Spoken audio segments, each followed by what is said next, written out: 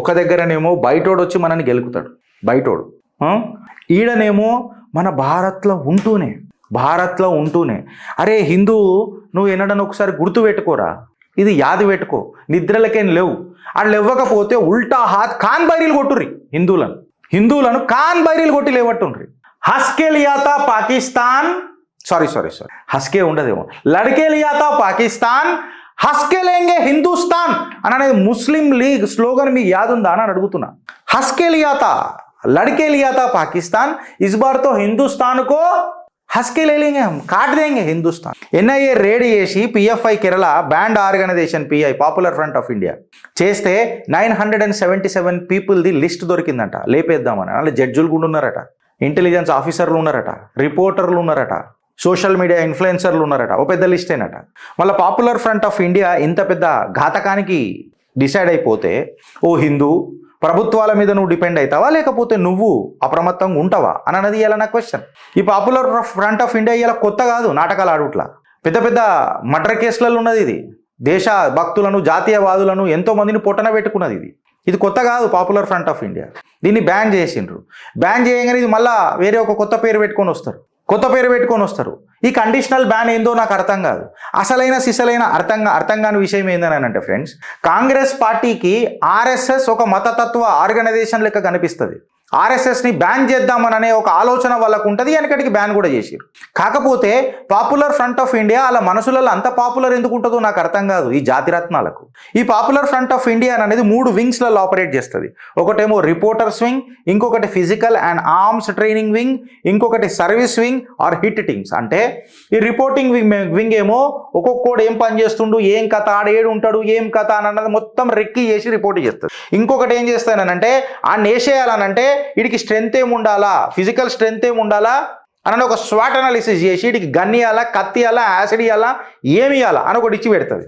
ఇచ్చిన తర్వాత service wing hit wing వచ్చి లేపడదొప్పుతుంది. అంటే ఇంత ఘాతకంగా నడుస్తున్నప్పుడు కూడా కాంగ్రెస్ పార్టీకి పాపులర్ ఫ్రంట్ ఆఫ్ ఇండియా అనేది ఎట్లా ఒక ఆర్గనైజేషన్ అనిపిస్తుంది, పీస్ఫుల్ ఆర్గనైజేషన్ అని అనిపిస్తుంది అని చెప్పి నేను మాట్లాడుతున్నా. సిమి, పిఎఫ్ఐ దరిద్రం ఏంది తెలుసా ఫ్రెండ్స్? దరిద్రం వెనకటికి జాకీర్ నాయక్ గారిని మన తెలంగాణ ఇది ఉందిగా టీఎస్పీఏ అంటారు, ఈడికి తీసుకొచ్చిర్రు జాకీర్ నాయక్ గారిని. ఆడు మోటివేషనల్ స్పీకర్ అంట, ఆ నోట్లమ్మ అన్నవాడ ఆడు మోటివేషనల్ స్పీకర్ అంట. ఏడికైనా ఈ సెక్యులర్ డోంగులకు అంటే ఇప్పుడు ఒక బ్యూరోక్రాట్ని నువ్వు ఆల్రెడీ ఆడ ఇషబీజం నాటి గిసుంటోళ్ళతో మోటివేషనల్ స్పీకర్ ఇప్పిస్తారంటే అటు బయటకు వచ్చినాక న్యాయానికి ఏడ నిలబడతాడు?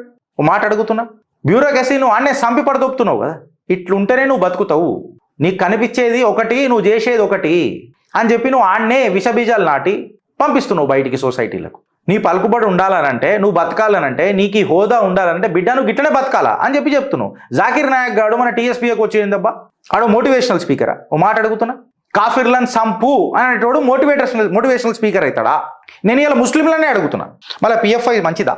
ఓ మాట నేను ముస్లింలనే అడుగుతున్నా. మీరు అంటారు కదా ఆర్ఎస్ఎస్ మెంటాలిటీ, ఇది మెంటాలిటీ. నేను ఇప్పుడు పిఎఫ్ఐ మళ్ళీ 977 మందిని హిట్ లిస్ట్లో పెట్టుకున్నారు. ఒక్కసారైనా సిగ్గిడిసి నిజాయితీగా కమెంట్ల రూపంలో పెట్టుర్రా.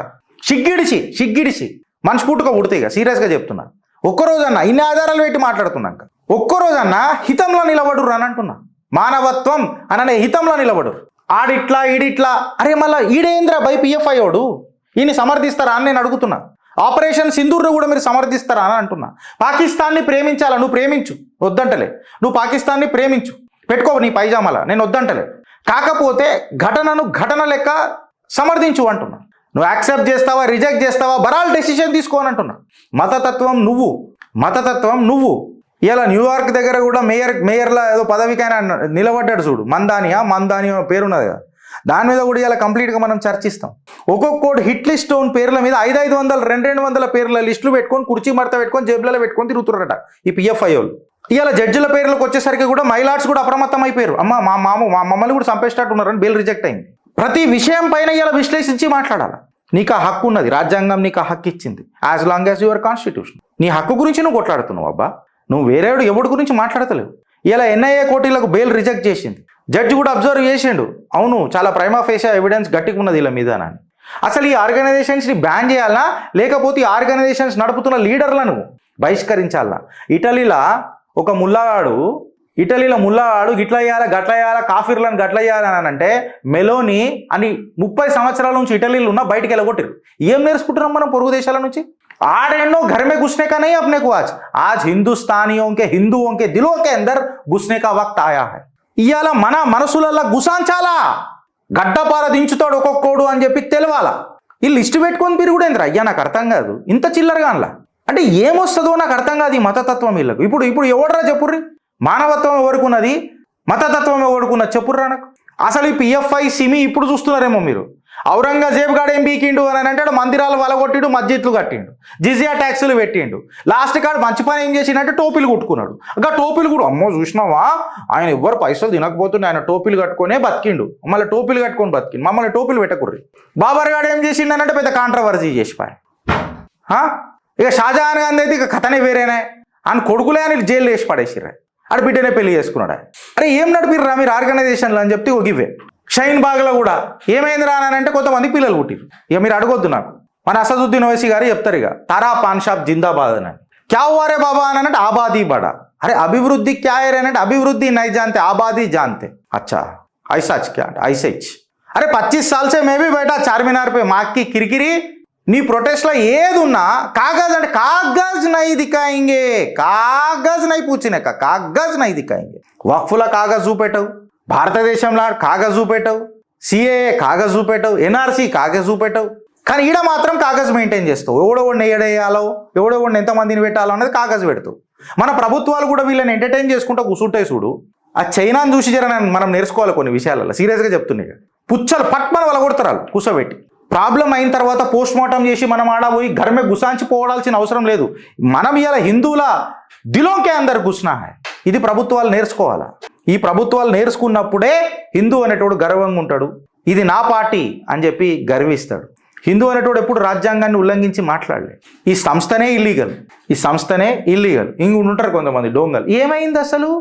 పాప ఎరిగింది, తెల్లబట్టతో తూడమని అలా అమ్మతో చెప్పు, గలగిదే చెప్పురు ఇక సెక్యులర్ నా కొడుకులకు. ఏడ్చింది కాదు, పాప ఏరిగింది అని చెప్పాలి వీళ్ళకు. పిఎఫ్ఐ ఇది ఇక్కడ ఆగిందంటే ఇక్కడికి ఆగలే, పంచాయతీ పెద్దగా ఉన్నది. యోగీష్ ఉంటోళ్ళు మోటివేట్ అవుతారు. ఈ డాయన్, బెంగాల్ డాయన్ రక్తపిశాచి, హిందువుల రక్తం దాగే రక్తపిశాచి. ఇక డైరెక్ట్ ఇట్లనే మాట్లాడాల్సి వస్తుంది. ఎందుకు చెప్పాలా? 629 సంవత్సరాల నుంచి జరుగుతున్న రథయాత్ర ఆపడేయాలట. ఇలా అయ్యా జాగిరి, మమతా బెనర్జీ అయ్యా జాగిరి ఆపడేయాలట. ఎందుకు అని అంటే ముస్లిం డామినేటెడ్ ఏరియా, ముస్లింలు ఎక్కువ ఉన్నారు అంటే ముస్లింలు ఎక్కువ ఉంటే భారతదేశం మొత్తంలో హిందువులు ఎక్కువ ఉన్నారు. నమాజ్లో స్పీకర్లలో చదవద్దు మాకు మళ్ళీ నడుస్తుందా? అట్లా మాట్లాడతారా హిందూ ఎవడన్నా? మాకు ఇబ్బంది అయినా అది మీకు సౌకర్యం కాబట్టి హిందూ అనేటోడు ఆడికి ఇబ్బంది జరిగినా మీ సౌకర్యాలకు లొంగిండు. ఎందుకు చెప్పాలా? మమతల హోమం మా సనాతనం. 2 to 3% ఉండే వరకు బ్రదర్ చాలా నీట్గా బిహేవ్ చేస్తారు ఈ ముస్లింలు. భాయిచారా అని మాట్లాడతారు. అది ఇత్తిఫాకలా ఆ 2 to 3% పోయి 20 to 30% అయిందనుకో, యా మారా జగా అయినా ఐసా కైసా రథయాత్ర నికాల్తే. నువ్వు సంబల్లా తీసుకో అదే ప్రాబ్లం, మాల్దాలా తీసుకో అదే ప్రాబ్లం, బెంగాల్లో తీసుకో అదే ప్రాబ్లం, కేరళలో తీసుకో అదే ప్రాబ్లం, తెలంగాణ పంచలింగ దేవాలయంలో తీసుకో అదే ప్రాబ్లం, ఆంధ్ర వీరభద్ర స్వామి టెంపుల్ ఆడ అదే ప్రాబ్లం. 630 సంవత్సరాల నుంచి జరుగుతున్న రథయాత్రను ఆపనీకి ఎవడ్రా మీరు అని అడుగుతున్నా. లా అండ్ ఆర్డర్ ఈ దేశంలో ఉందా అని అడుగుతున్నా. అగర్ లా అండ్ ఆర్డర్ ఈ దేశంలో ఉంటే మళ్ళీ పండుకున్నారా అని అందరూ అని అడుగుతున్నా. రాజ్యాంగం ఈ భారతదేశంలో ఏమైందని అంటున్నా. షరియాకు తాకట్టు పెట్టిర్రా అని చెప్పి అలా అడుగుతున్నా. కేంద్ర ప్రభుత్వాన్ని కూడా అడుగుతున్నా. గుడ్డి గుర్రాల పనులు దొమ్ముతున్నారా అని అడుగుతున్నా. బెంగాల్లో పొలిటికల్ కిల్లింగ్స్ జరుగుతుంటే మనం ఏం చేస్తున్నాం అని అంటున్నా. చిట్కలేద్దామా, లేకపోతే ఇంకా ఇంకా ఇంకా పోగడ మాటలు మాట్లాడుకుంటా కాలాన్ని గడుపుదామా? If there is a problem there should be a solution. హిందువే ఎందుకు సఫర్ కావాలా? సనాతన బంధువుల పండగలే ఎందుకు సఫర్ కావాలా? And the reasons are very surprising. అడ్డమైన పీకుడు రీజన్స్ చెప్తున్నారు వాళ్ళు. ముస్లిం డామినేటెడ్ ఏరియా అని అంట ఈ డాయన్ చెప్తుంది. ముఖ్యమంత్రి ఆమె 630 సంవత్సరాల రథయాత్రను నువ్వు ఆపుతావా? మహిళ కాబట్టి నా నోటి కోట్ల వస్తున్నాయి బూతులు, కానీ పొద్దున మీరు రాసి పెట్టుకోరు. ఇక ఆమెను ఏమని అనాలనుకుంటున్నాను నేను. నాకు ఈ ఫెమినిజం ముచ్చట్లు నా దగ్గర ఏమి ఉండయి బ్రదర్, సీరియస్గా చెప్తున్నా. కాకపోతే నేను మాట్లాడదు కాబట్టి మాట్లాడతలేను. ఇట్లా పెట్టుకొని చూసుంటారు, లప్పుమని ఇట్లా చూస్తుంటారు ఆడికెళ్ళి నన్ను కొంతమంది. వీడు ఎప్పుడు దొరుకుతాడు, ఆయన ఎప్పుడు వేద్దామని. నేను జారా కదా నోరు. అరే 2 to 3% ఉన్నప్పుడు మనం బాయ్ అని అంటారు. పర్సెంటేజ్ పెరగంగానే హలాలా సర్టిఫైడ్, మలాలా వచ్చి స్పీచ్లు ఇస్తుంది, మమతా బెనర్జీ అపీస్మెంట్ మొదలెడుతుంది, అన్ని లిమిట్స్ క్రాస్ అవుతాయి. ఏ హిందూ, నువ్వు ఆలోచిస్తావా లేక అనుభవిస్తావా? భారత్ మాతాకి జై.